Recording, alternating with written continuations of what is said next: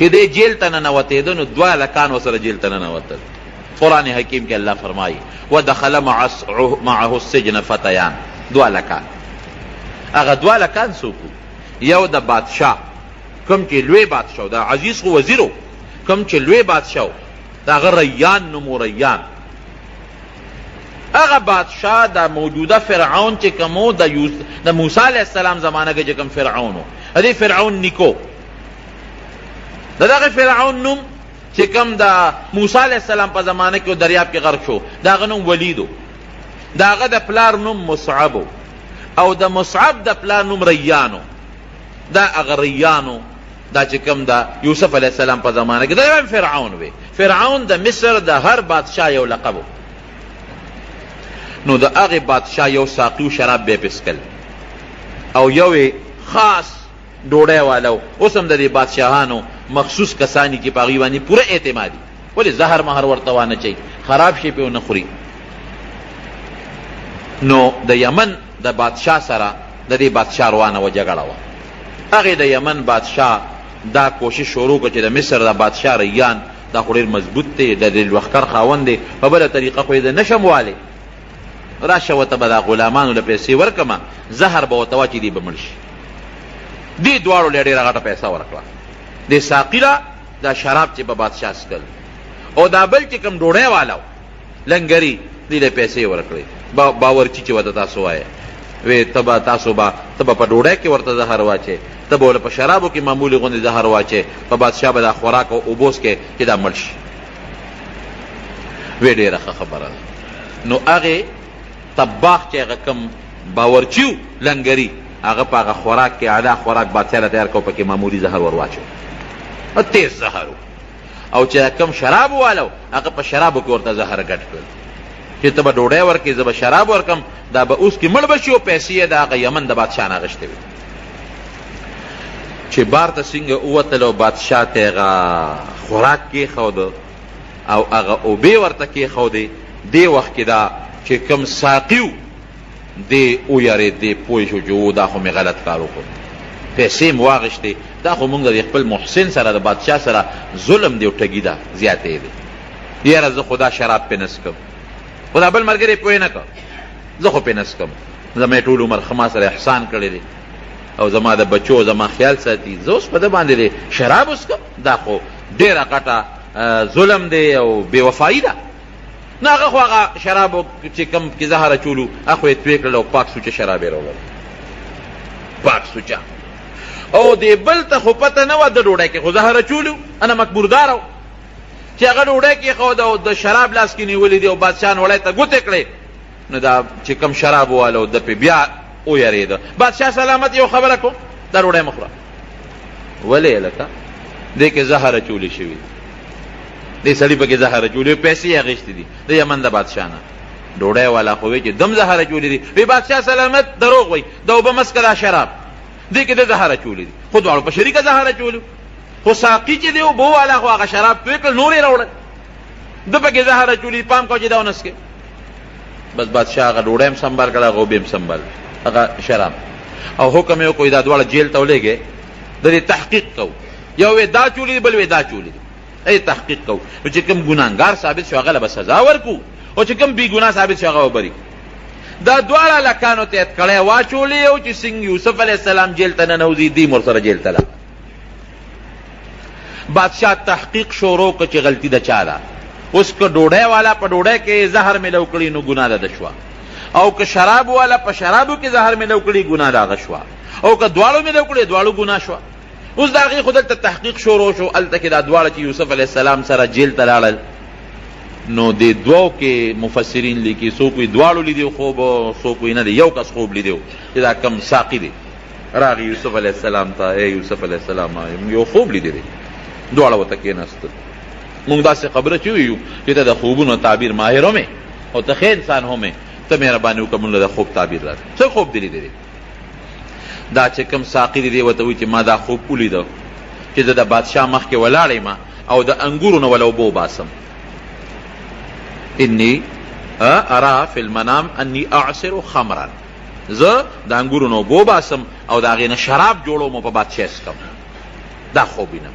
ابل وی چې د ځان وینم احمل فوق رأسي خبزا تاكل الطير منه، زه دا خوب اینم چې د ما د سر د پاسه د ډوډو یو لوی خانک پروت دی، د ډوډو او مارغان راځي د هغې خانک نه ډوډۍ اوچته یو تختی. مونږ له د دې خوب تعبیر راکړي وی چې دا ساقي خوب په رښتیا لیدی او د بل خوب په دروغه خوب یې ځانه جوړ کړی دی، خوب یې لیدی نه دی. د دې تعبیر راله راکړه. یوسف علیه السلام ورته وایي چې دا خو ډېر اسان تعبیر دی. وی ته چې یې ساقي ستا د خوب تعبیر دا چې ته به خلاصېږي او بیا به د بادشاه مخکې ولاړ او شراب به پسکې، ځکه تا په خپله خوب داسې ولید چې زه انګور نه چوړوم د هغې نه شراب جوړوم په بادشاه څکم، نو بس ته به واپس بری کېږې او هغې انګورونه به اوبه واسې او په بادشاه بس کې. او دې بل ته وایي چې تا ځان ولیده چې ستا په سر ډوډۍ پرتې دي او مارغان راځي د هغې نه ډوډۍ تختی خوراک تختی، نو ته به سزا کېږې او په سولی کېږې به او ستا وجود چې دی هغه به هلته په سولی باندې اویزان دي، مارغان به راځي او ستا د سر نه به غوښې تختی او مړ به پروت دی. هغه څه وایي هغه هلکه نه یاره وایي ما خو دروغ وایي، ما خو خوب نه دی لیدلی. دی بل خو یې ما لیدی دی، هغه لیدی ما دروغ وایي، ما خوب نه دی لیدی، خطا شوې. یوسف علیه السلام ورته وایي چې که خوب دی لیدی دی او که نه دی لیدی، خو چې کم تعبیر مې وویست همدقسې به د الله فیصله کېږي، خوښه دې خپله ده. زمونږ علما دلته لیکي چې دروغ خوب به چرتم نه بیانوي، دروغ به نه جوړوي. او کم انسان چې دروغ خوب جوړ کو په دروغه د قیامت په ورځ به رب العالمین دله په لاس کې 2 اوربشې ورکړي، 2 اوربشې، او دته به وایي شابه دا اوربشې یو بل سره غوټه کا. نو اوربشې څوک 2 یو بل سره غوټه کولی شي؟ اوربشو له به څنګه غوټه ورکړي؟ د غنم دانې دواړه یو بل سره څوک غوټه کولی شي؟ او فرشته به ولاړی ابه وایي شابه غوټه کا دی، غوټه ورکول نشي او تر څو چې دی نشي ورکولی فرشته به ورله سزا ورکوي وهي به. دا ډېره خطرناکه ګناه ده. نبی علیہ السلام دې ته په دروغو کې خطرناک دروغ ویلي دي چې څوک د ځانه خوب جوړوي. ولې؟ ځکه دا خوب د دې انسان د دماغ او زړه ته الله راچوي. خوب څوک راچوي؟ ښه خوب الله. نو تا دا زه تا ته وایم چې دا خوب مالی دی، څه مطلب چې دا الله د ماړه ته یو خبره راچولې ده او الله نی راچولې. الله ستاړه ته خبره نی راچولې ته وایي چې الله د ماړه ته خبره، نو په الله رې دروغ وکړه. دروغ خوب خدا مطلب ما خوب ولې، نو خوب خدا ته الله په لکه راچی او الله نی راچولې. ته خوب خو الله راته په لکه خبره را واچوله، نو چې الله نی راچولې او تا په الله دروغ وایې، دا خطرناک دروغ دی. نه ځان ساتئ. دویم دا چې خوب دی ولید، نو هغه چاته به خوب بیانې چې هغه 2 صفته لري. یو د خوب په تعبیر پیږي، دویم تا سره همدردي وګوري. ولی که د خوب په تعبیر نه پوهېږي او هغه ته د خوب بیان که نو غلط تعبیر به وباسي، نو همغسې به کېږي بیا. او که یو سړي سره د همدردي نه وي در باندې زړه نه خفه کېږي او هغه ته د خوب بیان که اب هم دله غلط تعبیر وباسي، نو بیا به همغسې کېږي، هغسې به ولې کېږي. یو حدیث کې راځي، حدیث قدسی دی، انا عند ظن عبدی بی. نبی علیہ السلام فرمایي چې الله وایي چې په ما باندې بنده څنګه ګمان کوي زه همقسې یم. نو تا خوب ولیده مثلا او د هغې خوب درته ما تعبیر بیان که، غلط مې بیان که، یا تا خوب نه دی لیدی او ما تعبیر درکه، نو ستاړه کې به هغه سودا راشي چې دا کار جوړ داسې کېږي. په الله د هغه ګمان پیدا شو چې دا کار به داسې کېږي، نو چې په الله د کوم ګمان پیدا شو الله به همغسې در سره کوي. پام کوئ د خوب متعلق چې خوب د ځانه جوړ نه کوي ګناه ده، او که خوبم ولیده نو هغه چاته به بیانوي چې کوم تاله ښه تعبیر وباسي پوهېږي او د سره همدردي وي چې مزیدار تعبیر درته درکړي. او بل درته ووایم که چا خوب ولید د یارې خوب، 3 قسمه خوب دی. یو هغه خوب چې د الله را طرف نه دی، هغه عموما سار وخت کې سړی ویني. یو هغه خوب چې هغه د شیطان د طرف نه دی، شیطان د یارې خوبونه په دې اړه کې راولي. او دریم هغه خوبونه لري چې یو سړی دروازې سکی نو هغه په خوب کې ویني. لکه مثلا یو کلندر دی او خوب ویني وي پېښور له باروبار خوب ویني، یا مثلا یو ترکان دی هغه په خوب کې ترکانی ویني، یا مثلا یو دکاندار دی هغه په خوب کې دکان کې ناست دی او روجي غوړي تلی. دا دریم دا هغه دي چې د په دماغو کې دروازې کوم شی ناست نو خوب کې د شپې هغه وویني. دې له خو هېڅ حقیقت نشته. بل هغه چې شیطان ورته په زړه کې کومه خبره د یارې خوبونه او د هیبت خوبونه ور واچوي دې له هم څه حقیقت نشته. دریم هغه خوب دی چې رب العالمین رحماني خوب په زړه کې ورته ښه سوچونه راواچوي. نو اوس که یو انسان غلط خوب ولیده بالکل خطرناک او غلط خوب نو یریږي به نه. پیغمبر علیه السلام یې موږ ته یو دم ښولی دی. هغه دم چې د استعمال کو اسم نشته بالکل چې ونه یریږي. خطرناک خوب د یارې خوب د هیبت خوب داسې چل به وکړي چې اعوذ بالله من الشیطان الرجیم به ووایې او ګس طرف ته به لاړې وتوږي. بیا به ووایې بیا به ګس طرف ته لاړې وتوږي. بیا به ووایې بیا به ګس طرف ته لاړې وتوږي. بس د خوب اثر به ختم شي. هر قسمه خطرناک او د هیبت خوب که تعالی دي د هغې هېڅ اثر به ني. او که هغه وخت کې د یاد ني سار را پاسېدې دا عمل وکړه. او که سار دې یاد نو هر کله چې دا خوب درته را مخکې شو هر کله نو بس یو ځل دا عمل وکړه چې 3 ځله ګس طرف ته اعوذ بالله ویل او ورسره لاړې توکل.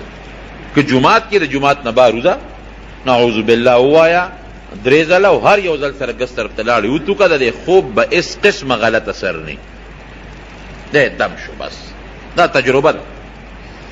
او که مزیدار او خشته خوب دی ولیده نبی علیہ السلام دی په خوب کې ولید الله دی په خوب کې ولید یو نیک سړی دی په خوب کې ولید مونځ دی ولید هر قسمه نیکي نو د الله تعالی حمد ادا کوي الحمدلله.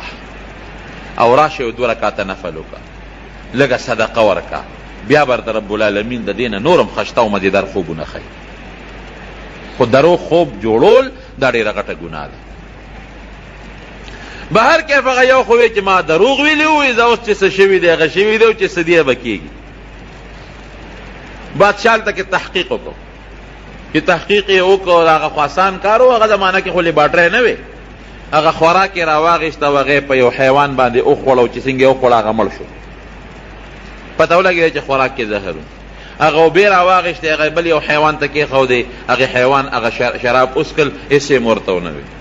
نو دا پته ولګېده که چې شرابو کې شراب والا څه نه دی اچولی او خوراک والا په خوراک کې زهر اچولی دي. بس دواړه یې راوویستل. قاضي فیصله وکړه چې دا کم د بادشاه باورچي دی لنګري دی د زهر اچولی دی لہذا دی سنګسار شي دی مړ شي. او چې دا کم بل دی شرابو والا هغه په شرابو کې زهر نه دی اچولی او بادشاه خبر که چې بادشاه سلامت ګورې خوراک ونه خورې دې کې زهر دی نو هغه له انعام هم ورکه بری هم که وفادار و خط هغه یې راوسته واپس یې په خپله ډیوټۍ باندې ولګو. بلې پانسي که او بره په لرګي کې یې ځان کړی مارغان به راتلل او د هغه نه به یې غوښې وړلې. خو چې دا کم سزا شو دا خو بس ختم شو. او چې کم بری شو نو یوسف علیه السلام هغه ته وایي وی ته خو بری کېږي بری شوې نو اذکرني عند ربک ته چې لاړ شې نو زما معامله لږ بادشاه ته یاده که زه هسې بېڅه مفتو کې جیل کې پروت یم. پته نه لګي بادشاه یا زلیخې مې وباسي که نه عزیز مصر مې وباسي که نه نو وزیر صاحب گیر کړی ما مشر بادشاه ته به زما الوی چې دارنګ یو مسافر دی او هغه هسې بې ځایه په جیل کې پروت دی دا هغه دا مسله ده نو دا لږه واوره او د ده مسله کې څه فیصله وکړه نو ته مهرباني وکړه بادشاه ته دې ما یاد کا. نو چې دا خبره د یوسف علیه السلام دا خو څه بده خبره نه ده د ګناه خبره نه ده غلطه نه ده. یو سړی دی غریب گیر دی او بی گناه گیر دی هغه چاته سفارش وکړي چې د ما سفارش بادشاه ته وکړه چې ما خلاص کړي دا څه بده خبره نه ده. لیکن بیا هم د یوسف علیه السلام شان سره مناسبه نه وه. د یوسف علیه السلام شان دا دی چې د بادشاه نه ولې مطالبه کوې د لوی الله نه مطالبه وکړه. هغه الله چې کوی کې ته پروت وې او د کوی نه یې راوویستلې نو د کوی نه خو دا جیل کوی خو ډېر تنګ جیل دی دا خو ډېر فراخه جیل دی دې نه دې رب العالمین استی شي. نو قرآن کې الله فرمایي چې دا خبره وکړه چې بادشاه ته ما یاد کا نو الله د هغه سړي نه خبره یېره کړه. فلبث فی السجن 7 سنین 7 کاله په جیل کې دې نه پس نورم تیر کړل. اوس پیغمبر ته الله گرفت یونس علیه السلام یې نه مهي ګېډې راونه رسو اوس ما غوندې که راګیر کي نو ورته پته ده که دله لږه سزا هم ورکوو نو تښتي نو مونږ ته ګزاره کوي الله دومره سخته سزا نه راکوي.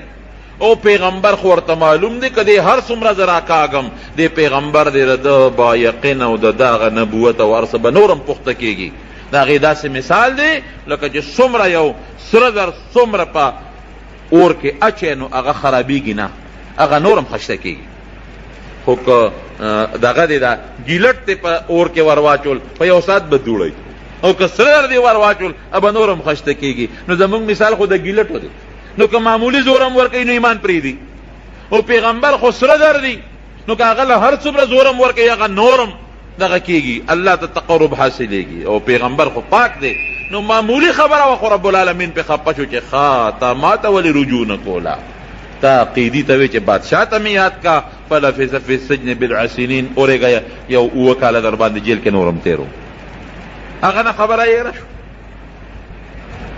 دې نه مونږ ته دا مسله معلومه شو چې بعضې وخت کې به یو انسان بې ځایه جیل ته لاړ شي دا د هغه دپاره یو سبق دی یوسف علیه السلام به ټولو جیلیانو ته وی ګوره زه بې ځایه راغلی زه خفه نیم د الله په کارونو مې صبر دی تاسو هم صبر وکړئ دا ته بله مسله معلومه شي بهر کیف بادشاه لوی بادشاه چې دی خوب ولید مشر بادشاه چې خوب یې ولیده خوب داسې و چې یو غټ دریاب دی هغه دریاب اوچ د هغې دریاب نه اووه غواګانې راووتې سربې مضبوطې غواګانې ورپسې اووه ټپې ټیپې بېکاره چې تشه ډوکي داسې غواګانې راووتې خو چې راووتې نو د اووه غواګانو دا سربې غواګانې وخوړې اوس عقل خو دا وایي چې مضبوطه غوا لګي شي او دا بله نه نه دا او غوا خو غوا نه خوري نو دا اووه غواګانې دا ټپې ټیپې رالې او دا سربې غواګانو باندې بس ورغړم کړی و هغه سربې غواګانې وواړه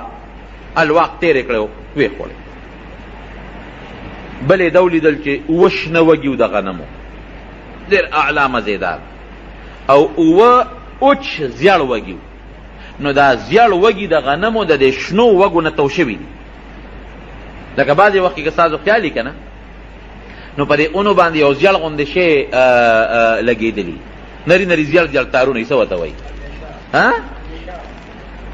منیشه ورته وایي هغه زیړ زیړ څیزونه نو هغه چې د دې شنې څانګې نه تو شي نو هغه بوټي اوچ کي بنوشه هغه اوچ کی نو دارنګې دا زیړ اوچ چې کوم وږي دي دا د شنو وږو نه تو شوي اووه نو چې بادشاه دا خوب ولیده نو یو ته وایي د خوب تعبیر ویرېده بادشاه هوښیار بل ته وایي د خوب تعبیر بل ته وایي د خوب تعبیر چاته هم د خوب تعبیر نو معلوم دا چې کوم ساقي دی هغه ته رایاد شو اوهو زما یو اشنا دی په جیل کې یوسف یې نوم دی اخو د خوبونو ډېر زیات ماهر دی بادشاه سلامت زما یو اشنا دی او جیل کې پروت دی او بې ګناه په جیل کې ګوره اووه کاله پسې خبره را یاده شوه الله ته یېره کړه خبره دا یاد او یېره د چا په اختیار کې دي د الله بعضې وخت یو اهمه خبرې د انسان نه یېره شي ښځې نه یېره شي خاوند نه یېره شي رور نه یېره شي دوست انسان نو اووه کاله ته یېرو او چې دا خوب بادشاه بیان کړ نو ورته را یاد شو زما جي یو نږدې اشنا دی ډېر ښه سړی دی او بې ګناه صاحب په جیل کې پروت دی او د خوبونو تعبیر ډېر ماهر او اسیم ډېر نیک انسان دی زبردست او جي هغه له به لاړ شمه او د دې خوب ال به ورته ووایم او فورا دله تعبیر درکوي بادشاه وی ښه نیک ولې دی ګوره وی نیک انسان دی ځکه یوسف علیه السلام به خلکو ته په جیل کې هم نصیحتونه کول دې دوو کسانو د ساقي او د طباخ چې ورته کله خپل خوب بیانو که نه نو یوسف علیه السلام ورته څه وایي وی ډوډۍ نه مخکې دل تعبیر در کوم لا ډوډۍ به نه راغلې خو یو خبر هم درته کوم ګوره د خوب د تعبیر نه مخکې ورته څه وایي وی هغه الله چې مونږ او تاسې پیدا کړي هغه الله ګورې شریک نه لري زه په هغه دین یم چې کوم دین د ابراهیم علیه السلام او د یعقوب علیه السلام دی دغه الله مونږ سره ډېر لوی احسانات کړي دي مونږ سره ډېر انعامات کړي دي او ګورې پام کوئ زه د دې خلکو د دې دین د دې شرک نه بیزار یم تاسو به هم شرک نه کوئ د یو الله د توحید داعیان به جوړېږئ هلته هم د الله د یووالي او د رب العالمین د توحید هغه تبلیغ کو په جیل کې جیل کې لګیا دی خپل تبلیغ کوي خلکو ته د نیکۍ نصیحت کوي د شرک نه او د کفر نه د خلکو زړه توروي نو دی وایي بادشاه ته چې ډېر نیک سړی دی ډېر ښه سړی دی ورته پته وه زم جي د هغه نه د تعبیر وباسم لړ راغی یوسف علیه السلام ته اے زما یوسف وروره، اے دوسته، زه خو راغلی ما او یو خوب زمونږ بادشاه لیدی دی او د هغه خوب تعبیر ورته وباسه، او جی که تعبیر دی ورته وویسته که نه نو بادشاه ته به پته ولګي، نو تا به فورا را خلاص کی. اوس که یوسف علیه السلام غوندې 2 کاله پس جیل کې تیر شو، نو که زما غوندې سړی وي ښه تا ته د 2 کاله پس زما خبره یاده شو. اشنا تا ته ما ویلو چې ما بادشاه ته یاد کا، نو تا زه بادشاه ته ګوره یاد نه کړم. 2 کاله مې مفتو کې جیل کې تیر کړل، د خدای نیکبخته تا د ما سفارش نه کو، ته خو د بادشاه ساقي وې. لیکن یوسف علیه السلام ته خو پته ولګی چې اسیم خو کار شوی دی، اړو ملامت یې نه کو، عفو یې ورته وکړه. دی ورته اړو نه وي چې نیکبخته 2 کاله پس راغلی، دی ورته اړو نه وي چې تا ګوره بادشاه ته دا اړو یاد نه کړم، دی ورته اړو نه وي چې ستا اړو د خوب اړو جواب نه کومه، پرې چې غرق او تباه شي.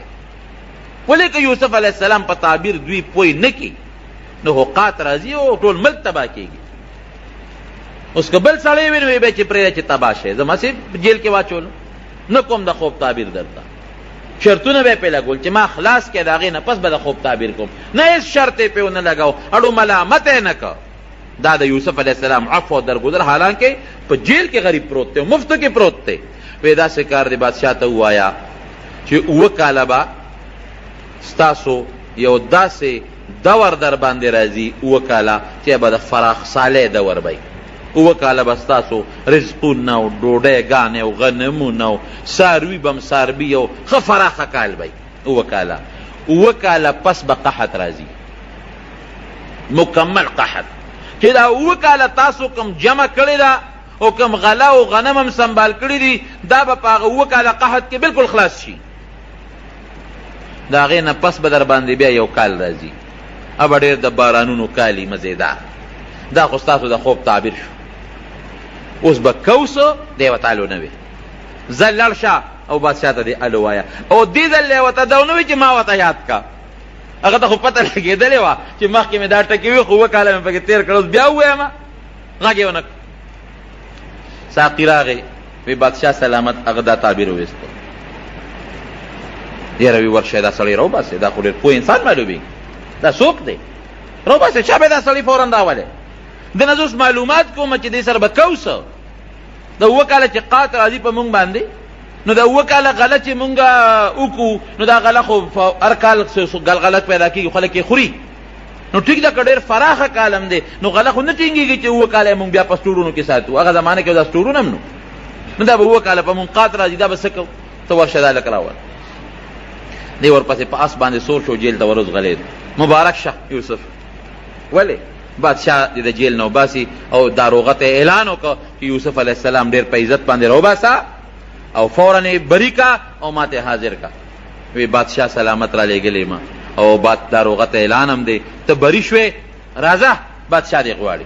بادشاه ته مخامخ ودرېږې نو ستا د علم اظهار په بادشاه راغلی دی، تا له ډېر لوی مقام او مرتبه درکوي.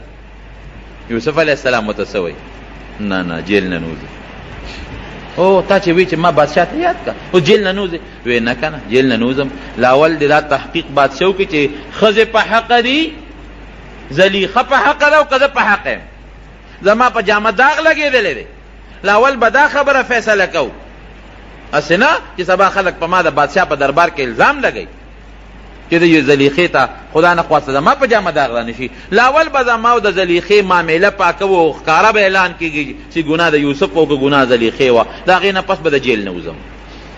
نبی کریم صلی الله علیه وسلم فرمایي، وی رب العالمین دی یوسف علیه السلام سره ډېر احسان وکړي. وی که د یوسف علیه السلام په جیل کې زه پروت وی او ما له دقسې سړی راغلی و چې بادشاه دې غواړي، نو زه به فورا د جیله وتلی وم. خو یوسف علیه السلام ګورې د جیل نه نه وته او د خپلې مامینې له اول صفۍ راولي، د هغې نه پس د جیل نه وځي.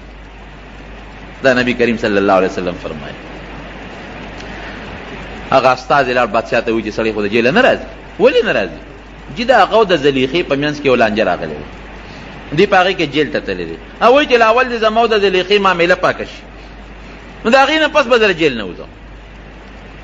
به خلک وایي چې دا ګناه جوړ د یوسف وه، خو د خوب تعبیر یې وویسته نو ځکه خلاص شو. نه نه چې معامله پاکه شي.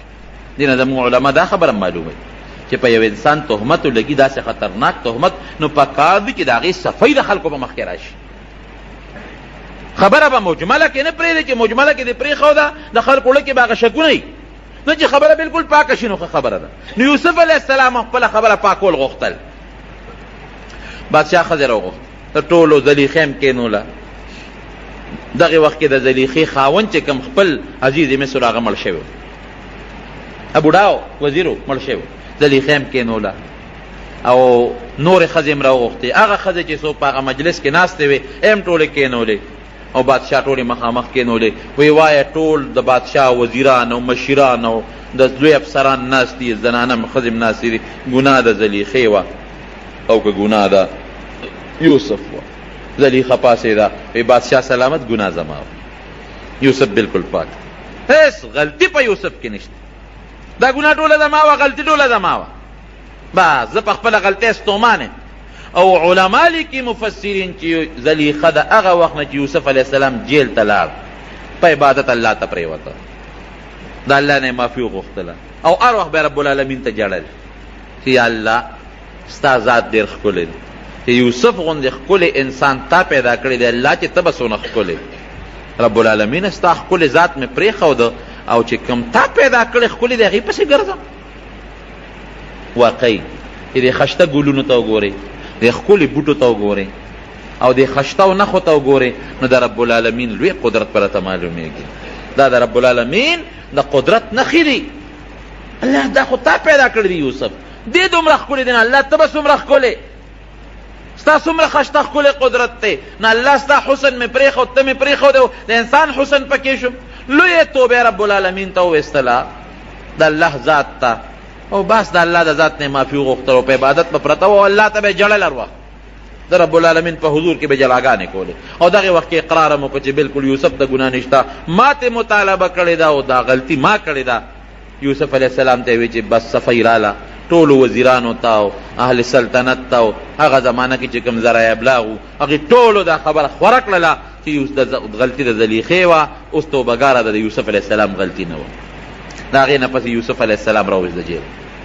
چې راوویسته نو د هغه کمیس واغوسته، کم کمیس چې د سره محفوظ پروت و. ما درته تېره جمعه ویلي چې ابراهیم علیه السلام په غور کې و او هغه کمیس ورته جبریل علیه السلام اچولی و. او بیا هغه کمیس د ابراهیم علیه السلام نه پس اسحاق علیه السلام ته لاړ. اسحاق علیه السلام یعقوب علیه السلام خپل زوی له ورکو او یعقوب علیه السلام دا کمیس د ریخمو کمیسو د یوسف علیه السلام په دې غاړه کې اچولی و، تعویض غوندې شکل کې، د جنت اعلی قسمه ریخمو.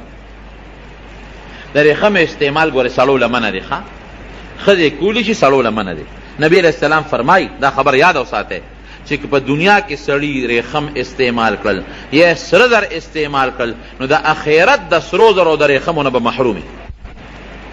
که دلته ریخم واچول په آخرت کې به ریخم، په جنت کې خو قیمتي جامه ریخم دي، د هغې نه به محروموي. که دلته کې سره زر استعمال کړل د جنت د سرو زرو د کالو نه به محرومي.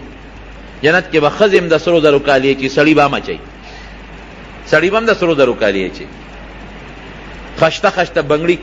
نو اصل کې اوس خو خلک وایي یاره بنګړي خو سړي چې اچوي نو ځان ورته ښه پکې نه ښکاري. نه نه نه، ابه داسې نه. دا ګړی چې مونږ اچو دا هم یو بنګړی دی که نه، دا ګړی هم یو بنګړی دی چې انسان یې اچوي، نو دا مونږ ته خو په ګړی ځان بدي نه ښکاري. دا چې کوم رواج دي د ښځو، نو که سړی هغه رواج استعمالوي نو پې بدي ښکاري. هغه جنت کې به دا د ښځو رواج نه، لکه پخوا فرعون او د لویو لویو بادشاهانو به غټ غټ بنګړې چولي او به د هغوی دپاره فخر و عزت به و. دارنګې جنت کې به سړي غټ غټ بنګړي به چولي. خو که په دنیا کې سړي سره در استعمال کړل د جنت د کالو د بنګړو نه به محروموي، بیا هلته کې به الله نه ورکوي. دا ګوت اچول، دا د سرو زرو ګوتې بعضې سړی اچوي، دا ګورې ګناه ده، ښه قطعا ګناه ده. د سرو زرو ګوتې بالکل به نه استعماله. څوک د سرو زرو غاښ لګوي، څوک د سپینو زرو په کاسه او په جام کې اوبس کی، دا ګناه ده سړو دپاره. سره زر ښځه استعمالولی شي، ریخم ښځه استعمالولی شي، سړي به بالکل نه استعمالوي، دا ګناه ده. پام کوئ د سرو زرو ګوتې. بعضې وخت کې زمونږ په دې وطن کې رواج د چا چې وادي یا کویدني نو هغه سړي ته خلک ګوته جوړوي. خیر دی که دې جوړه کړه جوړه کوله، خو هغه سړی دی هغه ګوته په خپله نه استعمالي، ښځې له دې ورکړي هغه دې استعمالوي که نه. ښځې نه دی ورکي، ښځه به هغه ګوته استعمالي، خو سړي به ګوتې قطعا د سرو زرو نه استعمالي. که سړی ګوته استعمالي نو د یو ګوتې د سپینو زرو د ګوتې اجازت شته، د زیړو د ګوتې اجازت هم سړو ته نشته، د اوسپنې د ګوتې اجازت هم نشته، د سرو هم نشته. د زیړو ګوته د سپینو زرو ګوته اچولی شي، خو هم د 3.5 ماسو نه زیات نه، 3.5 ماسو نه زیات نه، 3.5 ماسو پورې استعمالولی شي. او که پکې د عقیق غمې ولګې، زمونږ د امام د بخاري شریف یو محشي لیکلی دی که په هغې کې د عقیق سور غمې دی ولګو او داسې طریقه دی ولګو چې هغه سرمن سره لګي، وی دا د زړه د بیمارۍ دپاره یو علاج دی. بهر کې د یو شارح قول دی، دا د نبی علیه السلام حدیث بیا هم نه دی. نو بهر کیف هغه د ریخمو کمیز د یوسف علیه السلام واچو، نو ګوره چې خشته یوسف هم خشته دی علیه السلام، او کمیس هم د ریخمو دی، او بیا د جنت کمیس دی هغه واچو. او مفسرین لیکي چې بادشاه ولې یو جوړه ور ولېږله چې دی خو جیلي د جیل جامې به وي، دا جوړه ورته واچوې، تاج یې ور ولېږه دا ورته په سر کې، او خشته مزېدار ښکلې خوبصورته لباس او زیب و زینت یې برابر چې په اس باندې راغی د بادشاه دربار ته او ورننوت او بادشاه ورته وکتل، نو د هغه ورسره غیر اختیاري محبت او مینه پیدا شو. او دا لکه دا خو فرشته سیرت انسان دی، جیل کې دی غریب دونه موده تېره کړه او بېګناه جیل کې تېره کړه، د سره خو ډېر لوی ظلم شوی دی. او دومره قابله لږ چې د خوب تعبیر څومره مزېدار وباسي. راځه دلته کښېنه ما سره، ځان سره په تخت شاهي باندې کښېنه. بادشاه ته 7 ژبې یادوي، 7 اوس هم دې بادشاهانو ته زمونږ په نسبت لږې زیاتې ژبې یادوي، 7 ژبې ورته یادوي. نو چې ده به په کومه ژبه کې خبره کوله نو یوسف علیه السلام به ورسره په هغه ژبه کې جواب ورکو، په بله ژبه کې هغه هغې کې جواب ورکو. یا لکه دا تاله دومره ژبې څنګه درځي، ته څوک یې؟ ټوله قصه یې ورته وکړه. صاحب زه داسې ماشوم یم او زه کشر یم، دلته مسافر یم، د غلامۍ ژوند مې تېر کړی دی، خو زه د یو لوی پیغمبر بچی یم چې د هغه نوم یعقوب علیه السلام دا ما د هغه نه زده کړي دي. هغه یعقوب علیه السلام د یو بل لوی پیغمبر زوی دی چې د هغه اسحاق علیه السلام نوم دی. هغه اسحاق علیه السلام د یو بل پیغمبر زوی دی چې د هغه نوم ابراهیم علیه السلام دی. یې نسبا موږ د پیغمبرانو نسل یو. زه کوی کې غورځولی شوی یم، د کوی نه بیا راوتیم، د غلامۍ زندګي مې تېره کړه، بیا د وزیر کور ته الله را ورسولم، بیا د ګناه مطالبه رانه وشوه، هغې نه الله بچ کړم، بیا جیل ته پکې لاړم، اوس ستا مخکې دغه د حاضر ولاړ. دا ټولې ژبې ماله راځي. ښه زما د خوب تعبیر ویا خو ما صاحب ایستی دی، وی دې سره به کو څه، دا راته یو الو ښایه چې دې سره به څه کوو چې دا 7 کاله بارانونه وشي او غلې زرغونې شي، نو دا خو به په هغه 7 کالو کې خلاص شي، 7 کاله چې کم قات راشي هغې سره به څه کوو. وی بادشاه سلامت زه به راته علاج وښیم. وایه سیل او ټول وزیران دي او مشیران ټول ناست دي. وی دا چل به وکړو چې 7 کاله خو د رب العالمین د طرف نه تا چې دا 7 سربې غواګانې ولیدلې او دا 7 شنه وږي دي ولیدل، د هغې خدا تعبیر دی چې رب العالمین به ښه بارانونه کوي، سیلې به او دا ځمکه به دا ګیاګانې هم زرغونې کړي او دا غنم به هم زرغون کړي. نو غله چې څومره ابه مونږ په خپلو وږو کې ساتو. ګوره هغه زمانه کې خو دا دغه ونه دا سټورونه دا به مونږ په خپلو وږو کې ساتو. نو دا قاعده ده چې غله دې په خپلو وږو کې وساتله نو هغه خرابېږي نه. اوس خیر خلک نه کوي، خو پخوا چې به تخم له جوار کې ښودل نو د وږو نه به یې ګورې نه شو کوله. داسې ده که نه حاجي صاحب؟ هغه به په هغه خپلو وږو کې او بیا په دې بڼو کې بند به اکثر دې خلکو ساتل. اوس هم دا قاعده ده چې که غنم تا راواغېشتل او غنم په هغه خپلو وږو کې بند دي، تیراواله په وږو کې بند کا، اس قسمه سپږی به وله نه راځي نه به وله چینجې راځي. یا وږي به پخوا ما ته یاد دي، وږي به یې راواغېشتل په ټوکر کې به یې بند کړل او په کوټه په سر به یې ولګول او د پاسه به یې پلې وکړ. داسې وکړه نو ته او زمیندار هغه خپلې قصې پرېښې دي او داروګانو ته مخ اچولی ده، نو ټول غنم او جوار ده، نو ټول سپږو چینجو واله. څه خو پکې زکات تاسو نه ورکوئ، زکات خو خدای ده نه په بل طرف وباسي. بیا هلکه وایي سپږو غنم او سپږی به یې نه وي زکات نه ورکوي، چینجو وال چینجي به یې نه وي چې زکات نه ورکوي.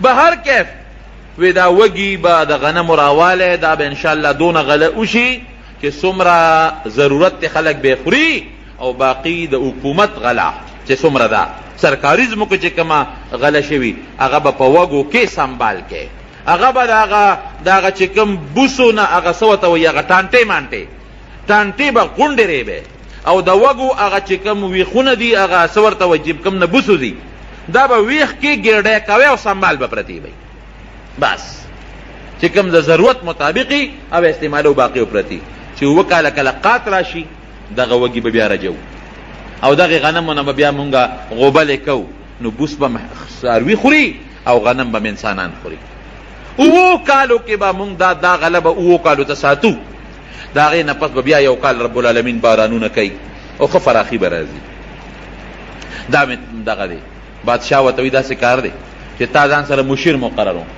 یعنې بادشاهانو مشیران ځکه تا ډېره ښه مزېداره مشوره را کړه یوسف علیه السلام ورته وایي نه مشیر مې مه مقرروه اجعلني علی خزائن الارض ما وزیر زراعت جوړ کا وزیر خزانه نه خزائن الارض د دې وزیر خزانه بعض علما معنا کوي نه وزیر خزانه نه د ځمکې خزانه یعنی وزیر زراعت مې جوړ کا ولې چې زه دله دا سیسټم برابر کم دا غله دله محفوظ کم دا غنم دله په دې اوچو په دې باراني علاقو باندې وکرم او دا اووه کالو دپاره سنبال کم چې د قات مسله ختمه شي بادشاه وی ډېره ښه ده انی حفیظ علیم ورې زه امانتګره مې غلا به نه کوم خیانت به نه کوم کم وزیر کم بادشاه چې هغه غلی خیانتګري ملک بچریم ترقي نه کوي او چې غل نی خیانتګر نی رب العالمین بیا هغه ملک لم ترقي ورکوي نو زه خو حفیظ او علیم په دې خبره پوهېږم هم الله راله دا پوهه م راکړی وایي ده د نن نه مې ته وزیر زراعت جوړ کړی نو یوسف علیه السلام رب العالمین د کم ځای نه د کوی نه راواغېشته او کم ځای ته یې ورسو وزیر زراعت یې جوړ کړو دا د رب العالمین نظام دا غټ عبرت دی ان مع العسر یسرا سختی در باندې رب العالمین راولي الله ته ته رجوع کوه ته ګوره الله به د هغه سختۍ بدل درته په اسانتیا درکوي نور به رب العالمین تعالی سهولت درکوي اسانتیا به درکوي بل دې نه دا عبرت دی چې په سختو کې به یو الله ته رجوع کوې ګورې یو الله ته به رجوع کوې او بل دې علما یو بله مسله معلوموي هسې خو مشري غوښتل ګناه ده نه به غواړي مشري به نه غواړي خو که تا ته یو ځای کې پته ده چې اهل نشته غیر اهل راځي نو بیا په هغه وخت کې که یو سړی مشري غواړي نو جایز دي لکه دلته کې یوسف علیه السلام ته پته وه چې دلته کې خو اهل نور څوک نشته دا چې څومره وزیران دي دا غله به رالي او د قات په زمانه کې بیا په ډېرو غټو غټو پیسو خرڅوي او په خلکو به قات راشي اهل نشته دوی په خپله مطالبه کوي چې خیر دی که ما وزیر زراعت جوړی نو ما جوړ کړم دا به معلومېږي او بل چې انسان جامه پاکوي او رښتون انساني د هیڅ قسمه پروا نه ساتي رب العالمین به د حفاظت کوي دی به الله ساتي لکه یوسف علیه السلام چې رب العالمین وساتي د هغه تهمت نه پښتانه وایي ته خپله جامه پاکه ساته الله به د امداد کوي دارنګې ته خپله جامه پاکه ساته پروا مه ساته که څوک درپسې خبرې کوي که څوک هر څه کوي رب العالمین به ستا د پاکه جامه ښکاره کوي او د خلکو د تهمتونو نه به د الله ساتي او کله چې بادشاه را غوښته نو هغه دا ویلي چې حکم یې وکوی دی را خلاص کې راولې استخلصه لنفسي دی به زما مشیري ما سره به بس ځکه د یوسف علیه السلام علم او د هغه پویه او د هغه هوښیارتیا ورته معلومه شوه دانایي ورته معلومه شوه نو ځکه یې ده وایي چې استخلصه لنفسي ځان سره به ساتم زما خاص مشیر به د مشورې خاون به او بیا چې یوسف علیه السلام حسینم و جمیلم و ډېره ښشته هغه کمیس یې مچولی و کم کمیس چې حضرت ابراهیم علیه السلام ته په اور کې جبریل علیه السلام اغوستی و د جنت کمیس و او بیا په کوی کې جبریل علیه السلام د ده په غاړه کې واچو ځکه پلار ده ته دا غاړه کې اچولی و هغه یې چولی و جنتي کمیس او خوبصورته شخصیت او بادشاهم هغه له جوړې ولېږلې په یو تخت باندې ځان سره کېنو ټولو وزیرانو استقبال هم وکړو الله وله عجیبه شکل هم ورکړی و مزېدار د شکل خپل ځان له د انسان یو مخورستوبي د انسان دا شکل د تور او د سپین سره تعلق نه لري یا بعد انسان شرنګ نه توري لیکن هغه له الله داسې د مخ یو عزت ورکړي خلک یې قدر کوي نو دی خو خشته هم بادشاہ چې ته بیا تپوس وکړو ده ولکه مشورې ورکړې وی تا ځان سره مشیر کوم وینا اجعلنی علی خزائن الارض انی حفیظ علیم، ما د خزانه د زمکه خزانه یعنی د زراعت وزیر، یو خو عام وزیر خزانه نه، د زمکه خزانه خو زراعت فصلونه دي، او د خوب تعبیر هم دغه طرف ته چې قات برازي، نو زه ډېره حفاظت گزاره میم، حفاظت کوونکې میم، امانتګره میم، پوهېږم الله را له علم پوی هم را کړې ده، وی ډېره ښه ده، وزیر زراعت مقرر. دغه درمیان کې چې دی روت هغه عزیز مصر هم مړو، کم عزیز مصر چې دی ورسره مخکې د غلامۍ زندگی تیروله، او د هغه چې کومه ښځه و زلیخه چې د یوسف علیه السلام سره محبت و، هغه هم تقریبا د بوډاوالي عمر ته رسېدلې وه، بوډۍ وه.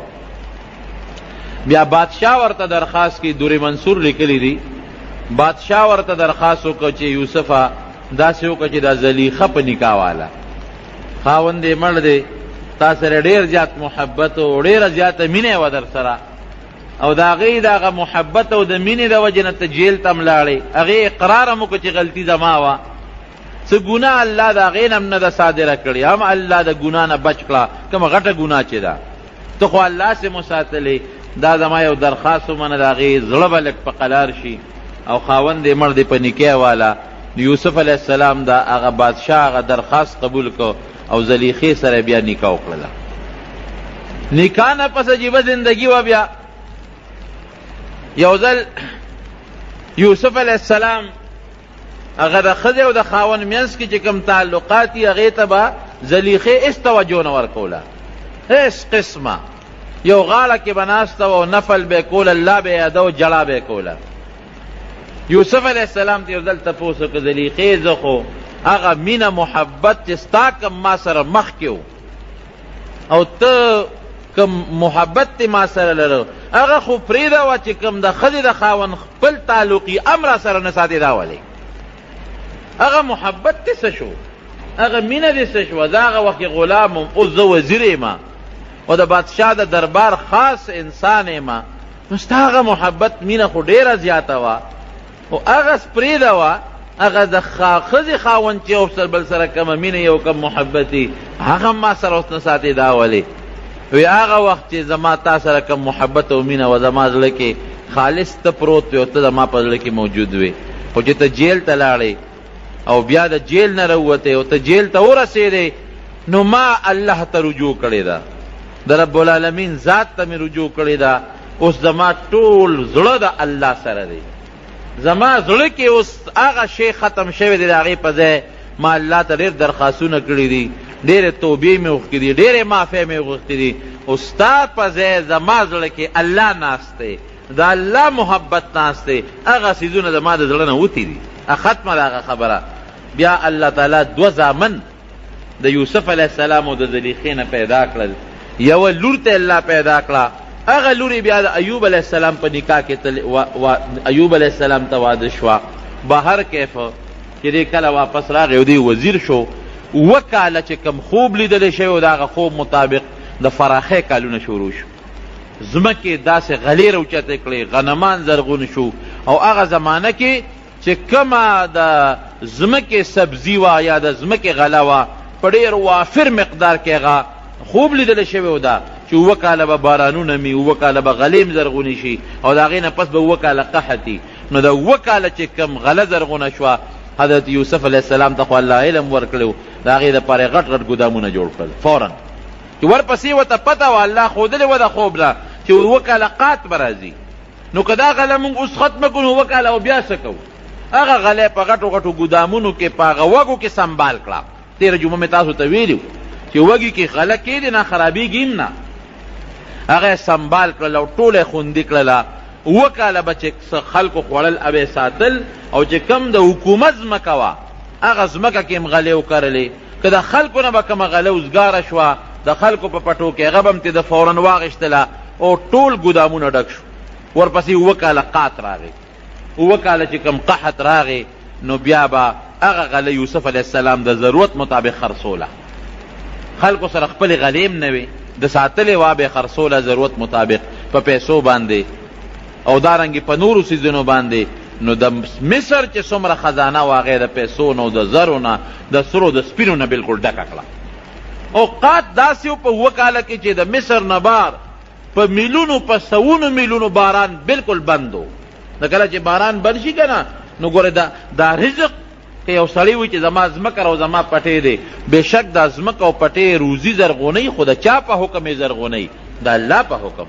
الله که باران بند که دا نیرونه به دې بیانې ختمه وي. دا مونږ نه لیدل څه زمانه مخکې دې نیرونو کې مو اوبه شوې، لږ غوندې یو میاشت باران بند شي نو بیا کویان هم اوبه وچکي، بیا درک ته اوبه نه لګي. دا خو د رب العالمین یو نظام دی، دا زمونږ ایمان دی او دا زمونږ عقیده ده چې روزي په دې ځمکه کې پرته ده، خو ګورې د الله